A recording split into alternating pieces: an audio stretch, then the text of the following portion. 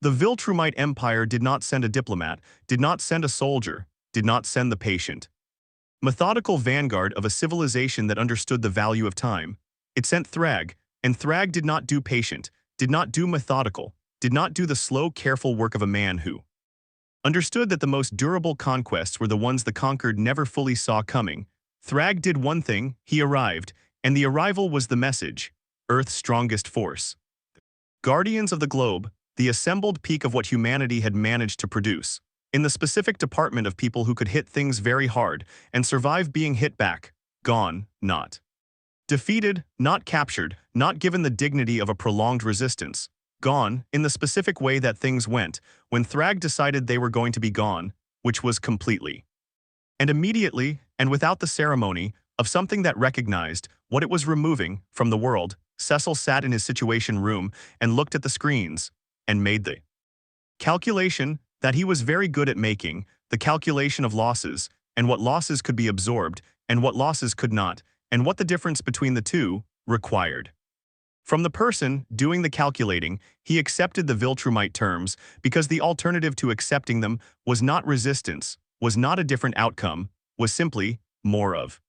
What had just happened to the Guardians applied to everything else. He accepted the terms and filed, in the specific part of his mind, that filed things that could not be acted on immediately, but that needed to be remembered. Exactly, for later, everything, the breeding program began. Thragg ran it the way Thragg ran everything, with precision, with the specific attention to detail of someone who understood that the long-term success of an empire was built on the quality of what the empire produced, and that quality required oversight. Required the direct involvement of someone who understood what quality looked like and what it did not. He selected the women, assigned the pairings, monitored the outcomes, with the specific dispassionate efficiency of someone for whom the beings involved were variables in a program rather than people. In a situation, he assigned Debbie to Nolan without knowing that this specific assignment was the most consequential decision he would ever make, without knowing that he had just set in motion the exact sequence of events that would undo everything he was trying to build. Thragg never knew, until it was far too late, to know Nolan was different from the other Viltrumites.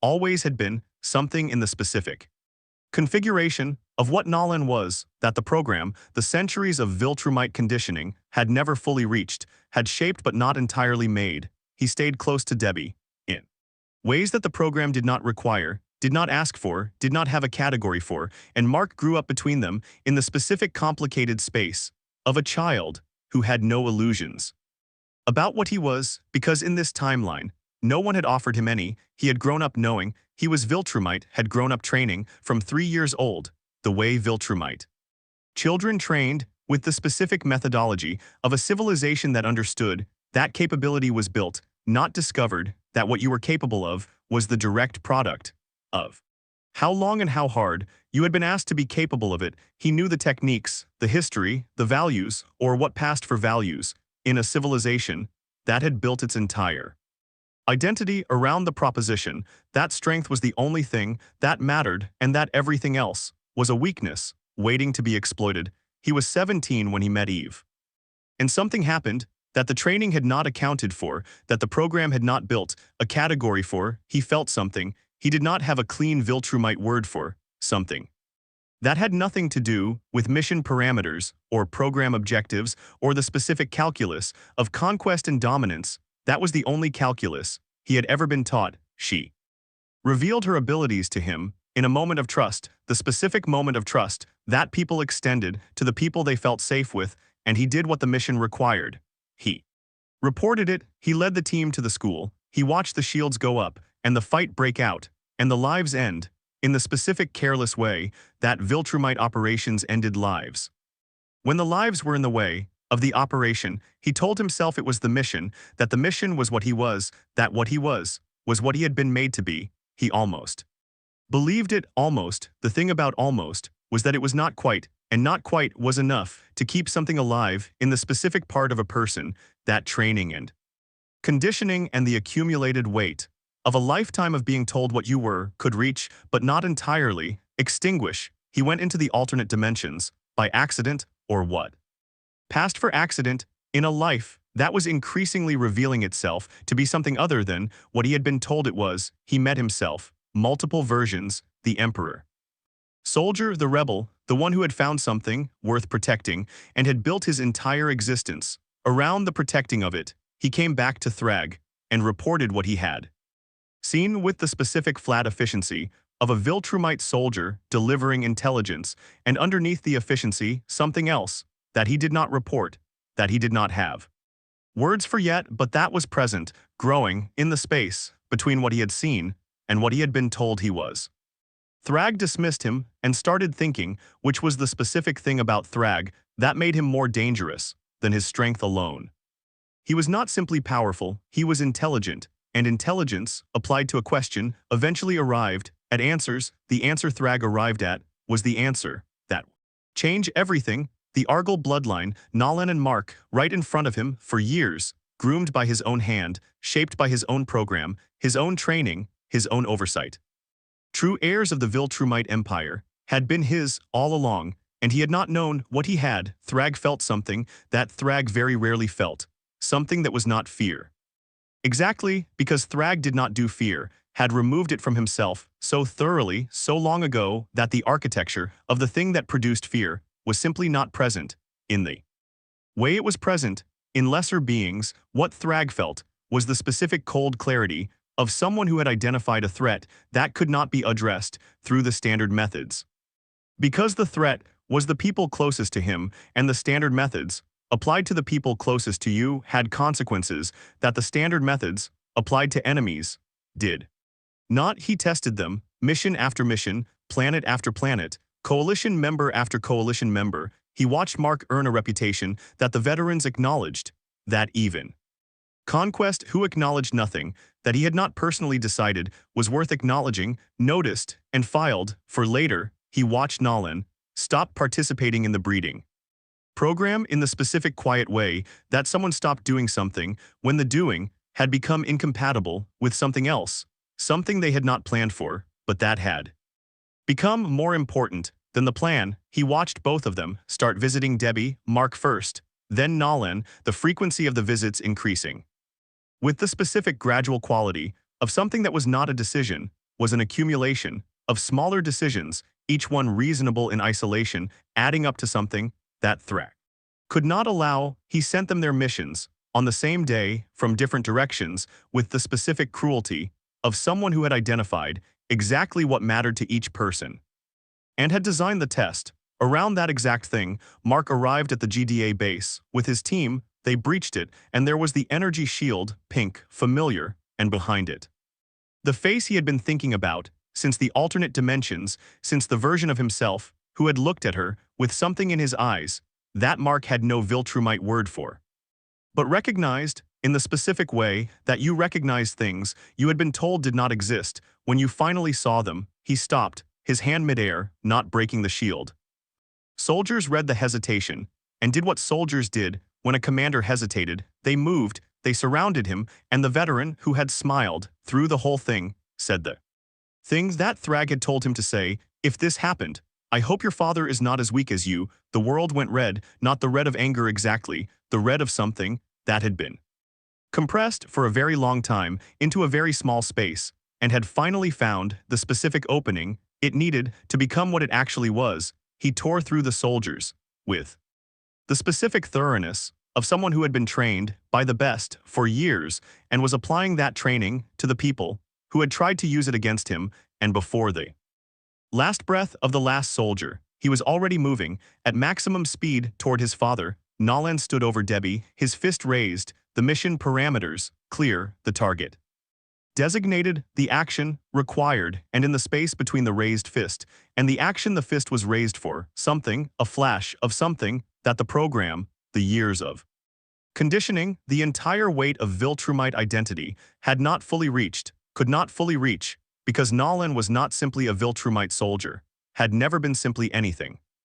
Roof came apart, and Mark was there, pinning his father to the ground, and the fight was different from the original timeline in every way that mattered, because Mark was different. Was not the teenager who had never been trained, who had stumbled into his powers and his identity simultaneously without the framework to handle either. he was a Viltrumite. Soldier trained to the edge of what his body could handle, fighting his father with the desperation of someone who understood exactly what was at stake and was not willing to lose.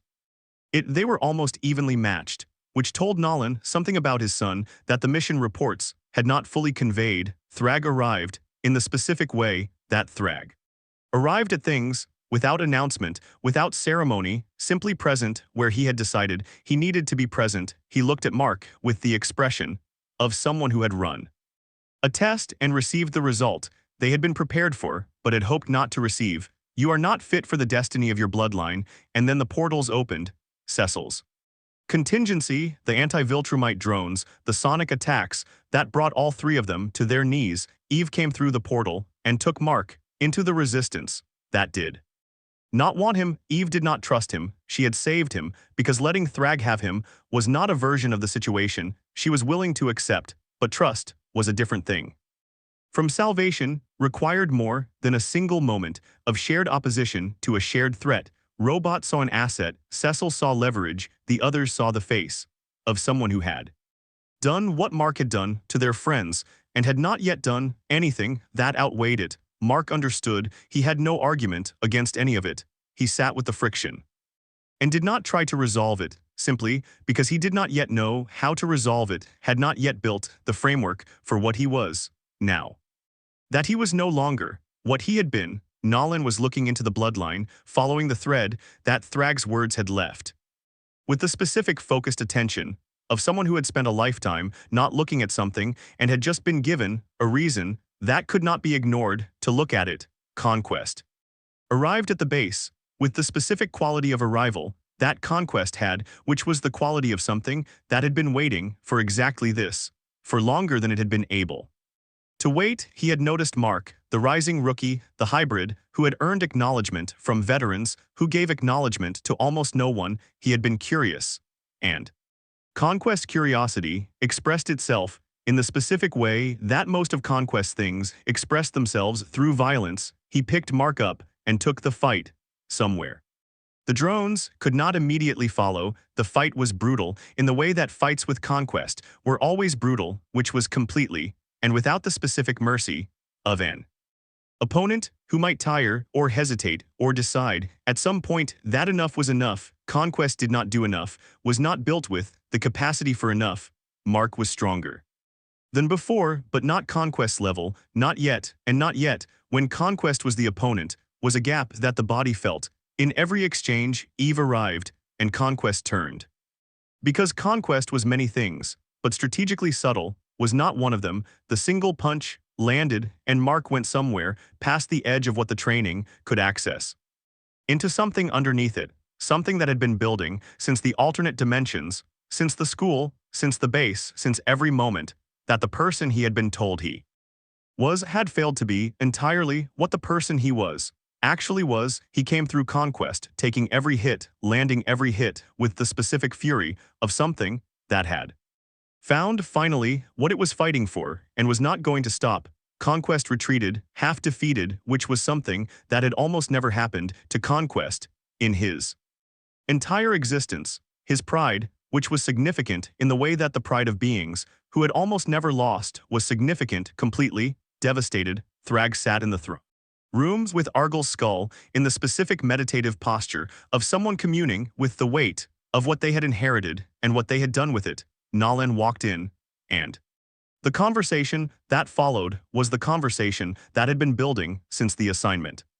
Since Debbie, since Mark, since all of it. You are an insult to Argyl's bloodline. You let yourself become bound to things like a woman's heart.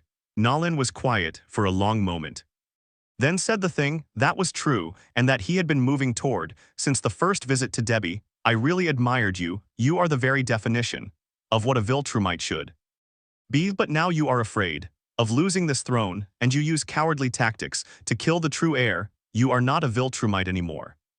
You are a coward. And then Conquest, who had never been invited to this conversation, who had never been invited to any conversation that was not about what he could do, rather than who he was, walked in, without announcement, without ceremony, and said something that no one in the room had expected. All these years I have known that I am not normal. I feel lonely. No one talks to me. No one wants to be my friend. You all think I am unstable. You send me from planet to planet, making me commit such atrocities. And when I get better at them, you fear me even more. I am a victim of my success, conquest. I do not even get a real name, only a purpose. The room was quiet. In the specific way, that rooms were quiet, when something had been said that everyone present understood the weight of, and no one had a response. That was equal to it, conquest. Moved.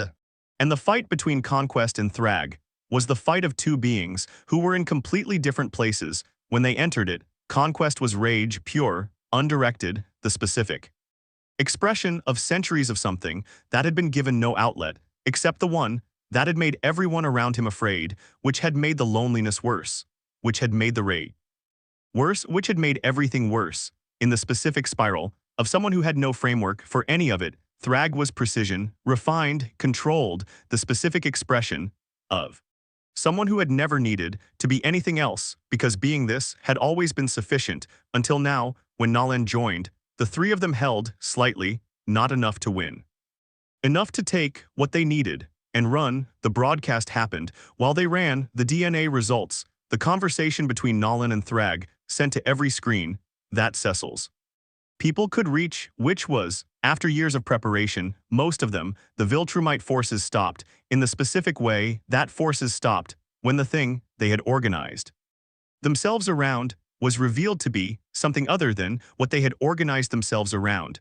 Thragg found himself alone in the middle of his own army, which was, for Thragg, a new kind of experience. The war that followed was the war of a fracture, veterans on one side, hybrid children on the other, fathers against sons, the specific violence of civilization turning on itself along the exact lines that the breeding program had created without knowing that it was creating them. Mark and Conquest led the charge, which was an image that no one who had known either of them before this would have predicted, and which said something about both of them that neither of them had words for yet. Coalition arrived. When Robot sent the signal, Thetis led the charge and was gone in a single instant, because Thragg, when he was cornered, was more dangerous than Thragg when he was comfortable, not less. Battle Beast arrived, and Alan became the specific kind of useful that Alan sometimes became, when useful meant absorbing something that nothing else could absorb and surviving it. Mark and Nolan and Conquest fought Thragg 3 against 1, and Thragg still had the upper hand for long enough to make the outcome feel uncertain. Because Thragg was Thragg, and uncertain was the best anyone had ever managed against Thragg until they had the virus, the Scourge virus, in the blaster that Mark was carrying. That should have gone into Thragg cleanly, definitively, but Thragg, even depleted, even cornered, even in the specific moment where everything was against him, was Thragg, and the imbalance was enough. The virus went between them. Thragg and Conquest both inhaled it, both felt it. Exchanged a glance that contained everything that two beings in that specific situation could exchange without words, and then kept fighting, because that was what both of them did. Even when fighting was no longer the rational choice, Thragg ran when he understood that staying was ending. He ran at maximum speed, which was still the fastest thing that had ever moved through Earth's atmosphere. Conquest tried to follow, and his body said no. The virus, already working, already diminishing what had always been the most complete expression of what Conquest was, his strength. He fell. Mark and Nolan stood in the wreckage of the war that had just ended and made the decision that the winning required. They were leaving, both of them, Mark taking the Empire, as promised, Nolan going because the alternative was staying in a place that had asked too much of too many people who had not asked to be asked. Anissa looked at Mark with an expression that contained things she was not yet ready to say, but that were present in the looking, regardless. The Viltrumites and their hybrid children followed Mark off Earth into whatever came next for a people who had just watched everything they had been for thousands of years reveal itself as something more complicated than they had been told it was. The veterans went looking for Thragg. They found nothing, because Thragg, even dying, even broken, even carrying a virus that was going to finish what the fight had started, was very good at not being found when he did not want to be found, deep inside a drifting planet, in a cave that had never held anything worth holding. Something found him, blue tendrils, moving through the dark with the specific patient quality. of something that had all the time. That time contained and was in no hurry. It offered him something that Thragg, who had never been offered anything he had not taken, did not know how to process: a second chance. Not at the Empire, not at the throne, not at any of the things that Thragg had always been, something, the tendrils implied, without words, without the specific language, that Thragg had always used to organize the world into categories of what was strong and what was not, something different from what you have been. Thragg lay in the cave. And the tendrils moved, and whatever came next, for Thragg, was not the ending that the war had seemed to be building toward, was something else that had no name yet in any language that Thragg had ever spoken, but that the blue light seemed to suggest was worth the finding out.